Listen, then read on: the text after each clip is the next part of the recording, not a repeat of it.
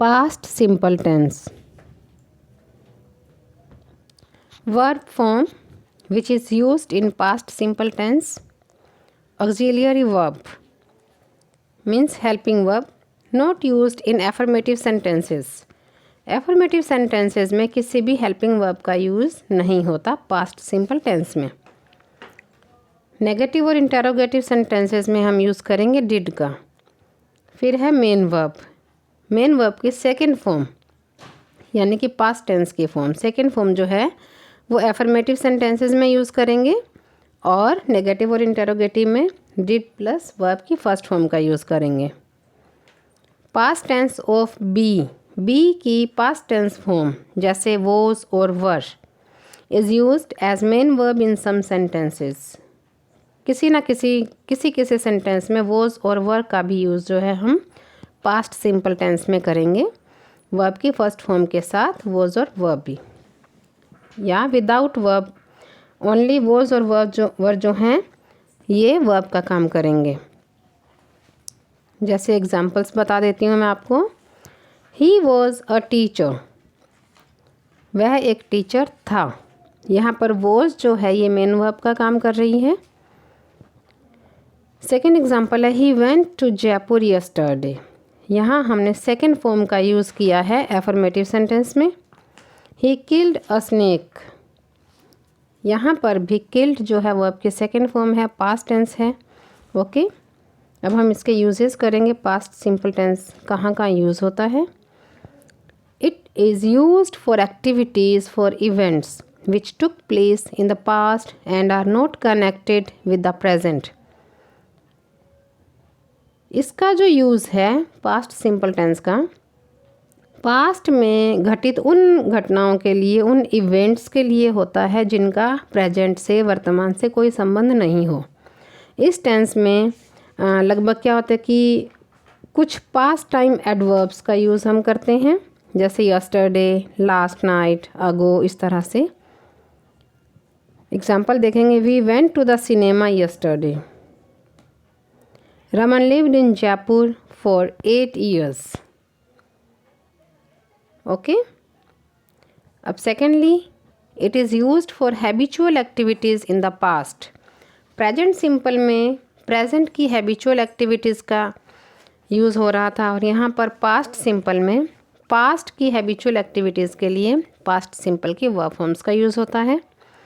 जैसे मतलब भूतकाल में, पास्ट टाइम में, बीते हुए समय में किसी की कोई आदत थी, है ना, वो होता है हैबिचुअल एक्टिविटीज़. एग्जाम्पल देखेंगे. He went to the pictures every Sunday. वह हर संडे पिक्चर जाता था. दूसरा example. He smoked daily when in Bombay. जब वो बॉम्बे में था तो वो डेली स्मोक करता था. थर्ड टाइप जहाँ पर हम पास्ट सिंपल का यूज़ करते हैं या देखते हैं. It expresses certain conditions and suppositions. It is a condition in which the speaker thinks unlikely to be fulfilled और a condition which is contrary to fact. इसका यूज पास्ट सिंपल टेंस का use जो है past में conditions, suppositions यानी कि शर्त वाले सेंटेंसेस के लिए भी किया जाता है. यह जो कंडीशन होती है, जो शर्त होती है, यह पूरी नहीं होने वाली होती, यानी कि इमेजिनेशन पर डिपेंड होती है, सिर्फ काल्पनिक होती है. जैसे if I were a bird I would fly. अगर मैं पक्षी होता तो मैं उड़ता. इस सेंटेंस में बर्ड होना बिल्कुल भी पॉसिबल नहीं है. आगे. It is used with certain phrases to indicate desirable और imaginary situation. The phrases are I wish, I would rather, if only, as if, as though, supposing, it is time, etc. The time reference in such sentences is future or present, not past. Were is preferred to was in expressing suppositions and desires. मैं आपको explain ज़रूर करती हूँ ये वाला अभी कि इस सेंटेंस का हम जो प्रेजेंट का पास्ट सिंपल का यूज़ कहाँ करते हैं. मतलब ऐसे जो फ्रेजेस होती हैं, शब्द समूह जो होते हैं, हिंदी में बोलें तो ऐसी फ्रेजेस के साथ होता है, जैसे आई विश, आई वुड रादर, ये फ्रेजेस मैंने यहाँ पर बताई हैं, है ना। मतलब इनमें जो दिया गया टाइम होता है वो प्रेजेंट या फ्यूचर का ही हमें बोध करवाता है, प्रेजेंट या फ्यूचर के बारे में ही हमें बताता है। वॉज की जगह वर को यहाँ पर प्रेफरेंस दी जाती है, वॉज कम यूज़ किया जाता है, वर ही यूज़ किया जाता है इमेजिनेशन के लिए। जैसे मैं आपको एग्जाम्पल भी बता देती हूँ और भी अच्छे से क्लियर हो जाएगा। I wish he were here, मैं विश करता हूँ कि वो यहाँ होता, तो वर का यूज़ प्रेफर किया जाता है या वॉज का नहीं किया जाता। I wish I knew his name, I wish I knew verb की सेकेंड फॉर्म लगी है यहाँ पर भी।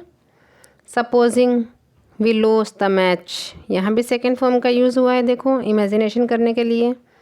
It is time we went home, ये बहुत ही इम्पोर्टेंट सेंटेंस है। इट इज़ टाइम के साथ हमेशा वर्ब की सेकेंड फॉर्म का यूज़ हम करेंगे। आगे जब हम बड़ी क्लासेस में जाएंगे, बड़े बड़े कॉम्पिटिशन्स फाइट करेंगे, तब यह सेंटेंस जो है अक्सर पूछा जाता है।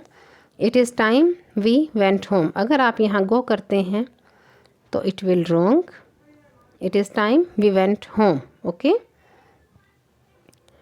और कहाँ यूज़ किया जाता है पास्ट सिंपल टेंस का? As if, as though can be followed by a past tense with a present meaning when we talk about things which we know are not true.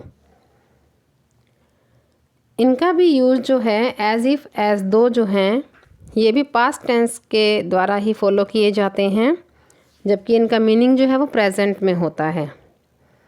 जब हम थिंग्स के बारे में बोलते हैं और हमें पता होता है कि यह सच नहीं है, जैसे he talks as if, as though, कुछ भी आए इनमें से।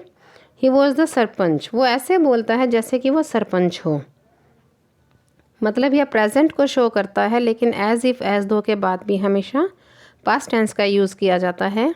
ये हमेशा ध्यान में रखने लायक बातें हैं। वापस से देखेंगे ये sentence, he talks as if he was the sarpanch, वो ऐसे बात करता है जैसे वो सरपंच हो, but he is definitely not, लेकिन वो रियल में सरपंच नहीं है, हमें भी पता है reality. Second example, he talks as though he was rich but he is definitely not, इसका मतलब यही रहेगा कि वो रियल में वैसा नहीं है जैसा वो दिख रहा है, जैसा वो बात कर रहा है।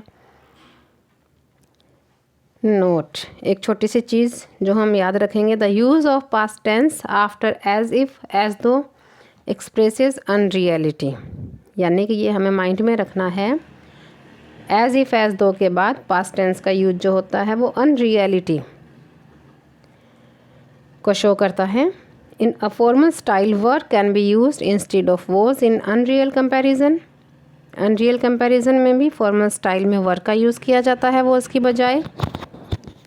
जैसे पहले हम कर चुके हैं example, he talks as if he were rich, he behaved as if he were the manager, वो बिहेव ऐसा करता है कि वो ऐसा है लेकिन वो वैसा नहीं है, तो इसलिए याद रखेंगे एज इफ़, एज दो के बाद भी वर्ब की सेकेंड फॉर्म का हम यूज़ करेंगे।